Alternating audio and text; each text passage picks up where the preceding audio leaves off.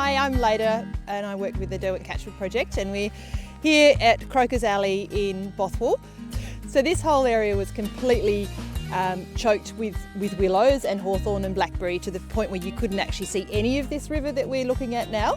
And so what we've come through with chainsaw and excavators and removed all the willows, which are all in the river and falling into the river, massively huge trunks. Down all the willow trunks and poisoned them, but we've left the root systems in the bank, partly not to disturb the bank itself, but also to maintain some root structure in there, which, although it's dead, will break down slowly and hold these river banks together.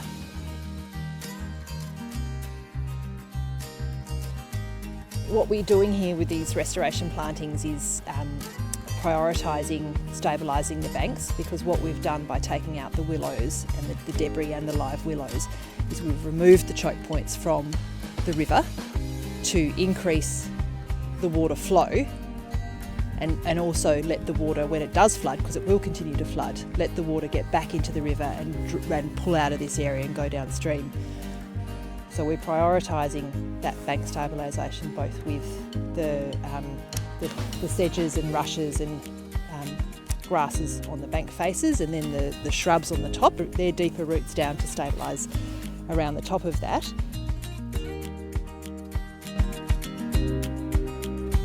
So what we've done is we've just done some strategic planting here of plants which have nice fibrous roots, quick growing, to stabilise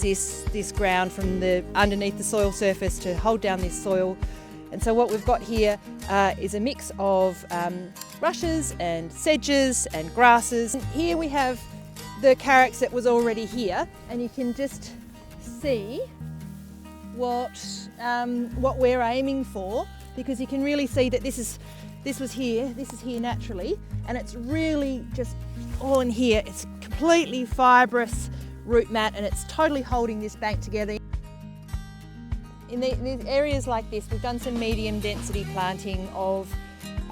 trees that will get their roots down into the water table, so some tea trees and some bottle brushes, Leptospermum melaleuca species. And the reason why we've done this here in these kinds of areas is just to mitigate the effect of